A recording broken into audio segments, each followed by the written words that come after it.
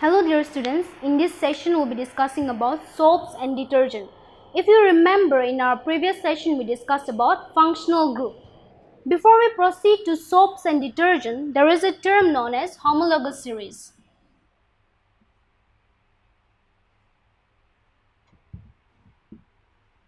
What is this homologous series?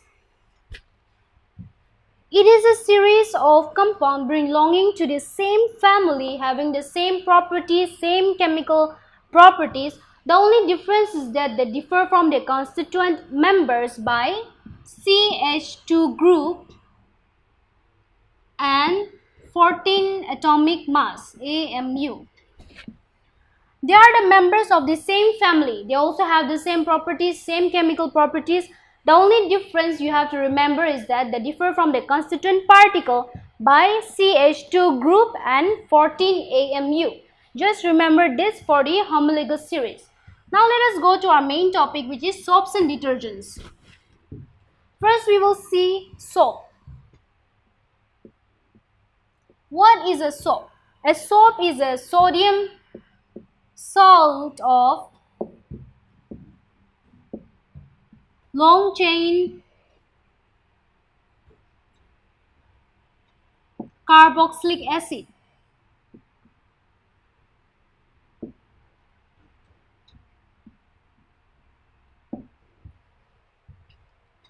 Which is represented as RCONA.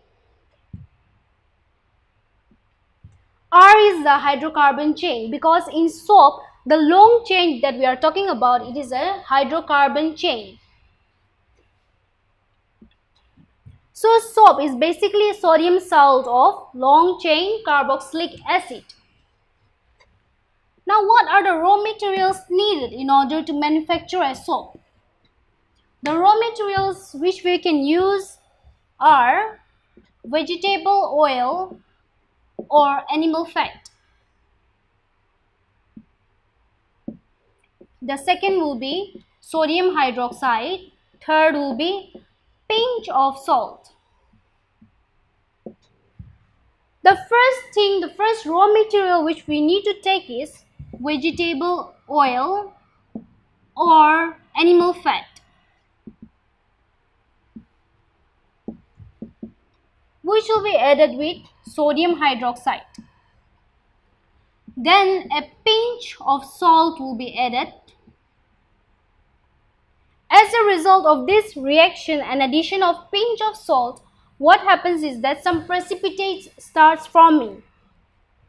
Precipitate, the best example I can give you is that when milk gets boiled, suppose you add lemon in milk, the white curdy thing, that is somewhat as a precipitate.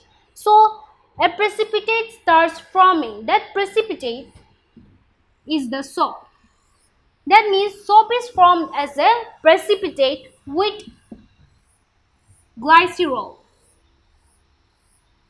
Glycerol is also given out in this reaction, but the only motive is the manufacture of soap, which is manufactured by vegetable oil addition with sodium hydroxide and a pinch of salt result in the precipitation of soap. This very process is known as saponification.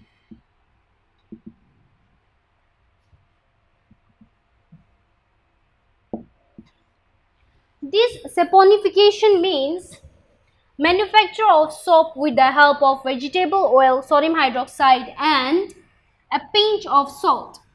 Now let us see how does a soap structure looks like.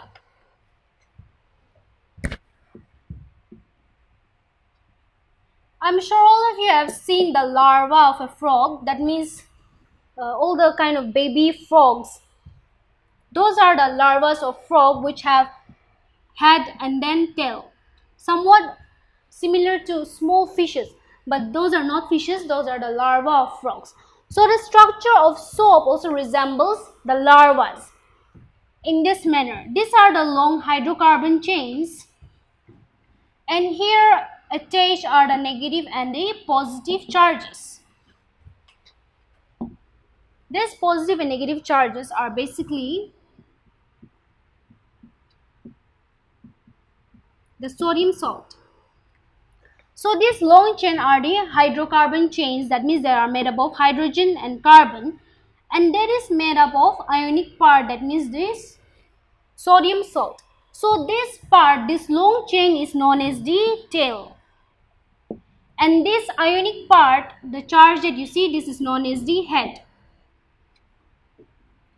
So this tail, these are known as covalent, and also they do not have any charge, that is why they are known as covalent. We have studied about covalent bonds, that they are made by sharing of electrons and they do not have any charge. This tail, these are also known as hydrophobic. Why hydrophobic? Because they are not water loving. They are oil loving or grease loving. That means they get attracted towards the dirt. While the head, it is the ionic part. Ionic part, why it is ionic part? Because it has the charges. This head is also known as hydrophilic. Why they are known as hydrophilic? Because this head portion, they are water loving. That means they get attracted towards the water. So from here you see that this long hydrocarbon chain, they are hydrophobic, they are oil, they get attracted towards the oil or dirt. The head part, they are the hydrophilic, which get attracted towards the water portion. This long chain is known as the tail and the ionic part is known as the head. So now when you take water in a bucket, suppose this is the bucket and you have taken some water and you add some amount of soap in it. What will happen is that some of the soap particles will start to arrange randomly in the water. It will start arranging itself randomly. But once after addition of soap and water in this bucket, if you add a dirty cloth, now what will happen is that upon addition of a dirty cloth, the soap molecule will arrange itself in this manner. This is the grease or the dirty part. These are the tails of the soap molecules. As I said that the tails get attracted towards the dirt or the grease part. So here once you add the dirty cloth, the tail part gets attracted towards the grease or oil. These are the water and soap. These are the head, which is the hydrophilic.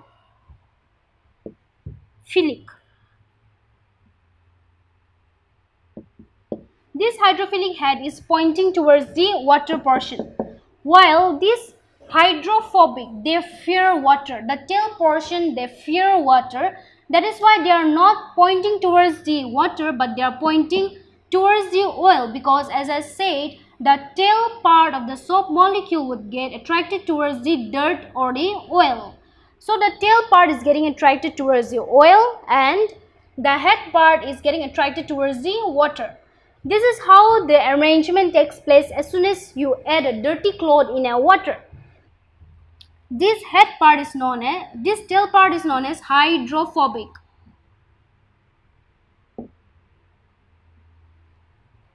This very arrangement is known as Micellar Formation.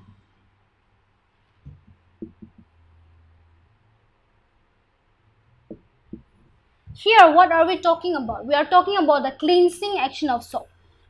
When you add a dirty cloth in water with a soap, what the first thing that will happen is micelles will start forming. These micelles, the arrangement is somewhat like this. The tail part get attracted towards the oil or the dirt of the cloth, and the head part, they face towards the water. And remember that this head part is hydrophilic, which means water loving. They are soluble in the water. But this tail part, they are hydrophobic, they fear water, and that is why they face away from the water. They are attracted by the oil and dirt of the cloth. This is how the whole arrangement looks like. The micellar formation is formed in this way. Once you add the dirt cloth, the micellar formation will take place. And once we start rubbing the cloth in order to wash it, what will happen? Due to thermal agitation, this dirt, the oil, it starts breaking into small particles. This oil, since we are rubbing it and it is also attracted by the tail of the soap molecule, what will happen is once we start rubbing, due to thermal agitation, this dirt part will start forming or start breaking down into smaller particles, and what will happen? They will start getting suspended in the liquid, in the water. All the dirt particles will start getting suspended. That means what? They are breaking out from the dirty cloth and they are falling down in the water. So in this way, the cleansing action of soap takes place. You add the dirty cloth in the water. As soon as you add, micellar formation takes place. Micellar formation takes place in this manner. The tail is attracted by the oil and the head part is attracted towards the water. When we rub the cloth in order to wash it, the oil particles, it starts breaking down into smaller particles. As a result, all the dirt particles get suspended in the bottom of the container of the bucket, and in this way the cloth or the dirty clothes gets cleansed. So this is just the cleansing action of soap, which is very simple, but it is also mostly asked for 3 marks. So whenever it is asked for 3 marks, do not forget to draw the structure of the soap as well as the structure of this micellar formation, and also mention how the thermal agitation works in cleansing the dirty portion. So this was all about the cleansing action of soap. Now,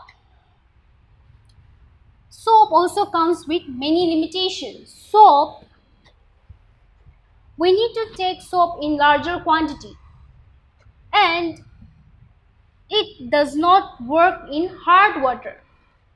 What is hard water? Hard water contains calcium and magnesium ions. As a result, it does not lathers. The soap does not lathers in the water. That means in order to check hard water, if you take 1 cup of hard water and 1 cup of soft water, just say you're drinking water, and you put some amount of soap in it. In this hard water, what will happen is that the soap will come down, but it will not form bubbles. Lather, that is the lather. It will not form bubbles. But in soft water, if you put a soap, it will start forming bubbles. The easiest way to check a hard water and soft water is that if the water is forming bubbles, then it is known as soft water. If the water does not form any bubbles, that means it is known as the hard water. The soap does not work in hard water. When soap is added to hard water, what happens is that they form scum. This scum, in the form of a precipitate or anything, they form scum and they get accumulated on the surface of the cloth, inhibiting or disturbing the cleansing action of soap.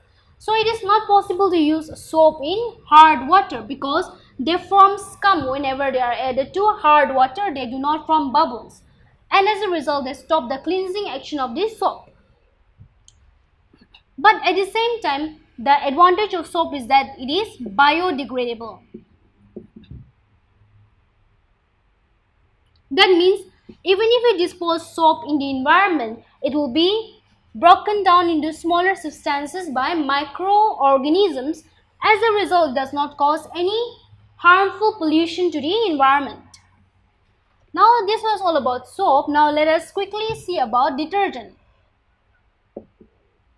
Detergent, we all know it is mainly formed by petroleums. Now what is detergent?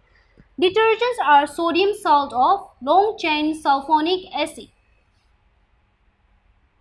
Sulfonic, so it is generally represented as RSONA. This is a sulfonate group. The structure and the performance of the cleansing action is quite similar to that of the soap, so we will not be going in details. The main advantage of detergent is that, as I said, in soap, we need to take soap in a larger quantity, but when it comes to detergent, we need to take in a smaller quantity. So that is a major advantage of using detergent. But detergents, they are non-biodegradable. That means they are not broken down by the actions of bacteria or microorganisms. So when we dispose detergent in the environment, it causes pollution because they are not broken down by the actions of microorganisms. When we dispose detergent water in soil, it disturbs the pH of the soil. As a result, it inhibits the growth of plant. It disturbs the growth of plant shortly. Now, when this detergent water, we see that it destroys the pH of the soil, and when this detergent water is directly disposed in water bodies, it results in eutrophication, which means that when detergents are disposed in water bodies, it results or it inhibits or it leads to the growth of more and more algae. So as a result, when more and more algae grows in the river bodies or in water bodies, what will happen is it will directly or indirectly affect the aquatic life. So we can see that detergents are non-biodegradable, whereas soaps are biodegradable. The advantage is that the soap can be taken in lesser quantity, soap is taken in larger quantity, whereas detergent can be taken in lesser quantity, and also detergents can be used in hard water, whereas soap cannot be used in hard water. So this was all about soaps and detergent. The cleansing action and the structure of detergent it is the same as the soap. So with this, I would like to end the discussion for this chapter 4. If you have any confusion, always feel free to approach me anytime. Thank you. Take care.